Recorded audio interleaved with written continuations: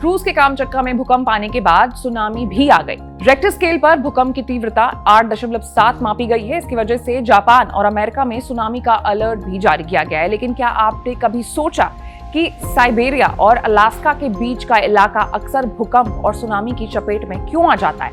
हर साल यहाँ हजारों भूकंप आते हैं और कई बार समुद्री लहरें यानी कि सुनामी भी तबाही मचाती है। इसके पीछे एक बड़ी ज्योग्राफिकल और अर्थ साइंस की रीजन है, कहानी है। क्या वजह है? आज एक्सप्लेन बाय एबीपी लाइव में हम चर्चा इसी मुद्दे पर करेंगे। नमस्कार, मैं हूं आपके साथ आशीष सिंह आनंद।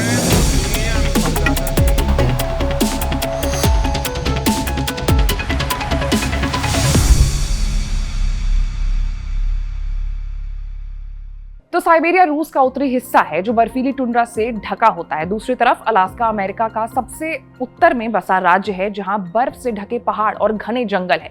इन दोनों के बीच बेरिंग सागर और आर्कटिक महासागर आता है। ये पूरा इलाका पैसिफिक ओशन के किनारे पड़ता है जिसे वैज्ञानिक रिंग ऑफ फायर कहते हैं। सवाल है कि रिंग ऑफ फायर है क्या? तो रिंग ऑफ फायर एक क्षेत्र ऐसा है जो पैसिफिक ओशन के चारों तरफ फैला हुआ है। ये दुनिया का सबसे ज्यादा एक्टिव वोल्केनो और अर्थक्वेक जोन माना जाता है।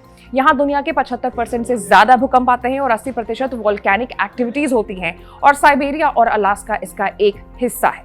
अब यहाँ सवाल ये भी उठता है कि भूकंप आते क्यों है? तो पृथ्वी की सतह कई हिस्सों में यानी कि टेक्टोनिक प्लेट्स में बटी हुई हैं जो लगातार बहुत धीमी गति से खिसकती रहती है। अलास्का और साइबेरिया के नीचे दो मुख्य प्लेट्स हैं, पैसिफिक प्लेट और नॉर्थ अमेरिका प्लेट। ये प्लेट हर साल कुछ सेंटीमीटर की रफ्तार से एक दूसरे के साथ खिसकती है। जब ये प्लेट्स टकराती हैं तो एक प्लेट दूसरे के नीचे धंसती है जिसे सबडक्शन कहते हैं। इससे जबरदस्त दबाव बनता है और जब ये दबाव अचानक टूटता है तो भूकंप आता है। तीसरा सवाल यहाँ ये उठता है कि आखिर सुनामी कैसे आती है? तो भूकंप अगर समुद्र के अंदर होता है तो समुद्र की जमीन ऊपर नीचे होने लगती है। इससे पानी की बड़ी लहरें उठती हैं जिन्हें सुनामी कहते हैं। ये लहरें तट की ओर तेजी से बढ़ती हैं और तबाही मचा सकती है। मिसाल के तौर पे आप 1964 में अलास्का में 9.2 तीव्रता का भूकंप आया था। इसको आप ले सकते हैं। ये अब तक का दूसरा सबसे शक्तिशाली भूकंप था। 1958 में अलास्का के लिटूरिया बे में एक भूकंप के बाद 524 मीटर ऊंची सुनामी उठी थी। अब तक की सबसे ऊंची सुनामी ये मानी जाती है। अब ये इलाका बहुत संवेदनशील है। सवाल है क्यों? यहाँ प्लेट्स की टकराव बहुत ज्यादा होती है। अलास्का में कई सक्रिय वोल्केनोज हैं जैसे माउंट रेडआउट और माउंट स्पर। हर साल अलास्का में करीब 10,000 भूकंप दर्ज होते हैं। इनमें से अधिकतर छोटे होते हैं।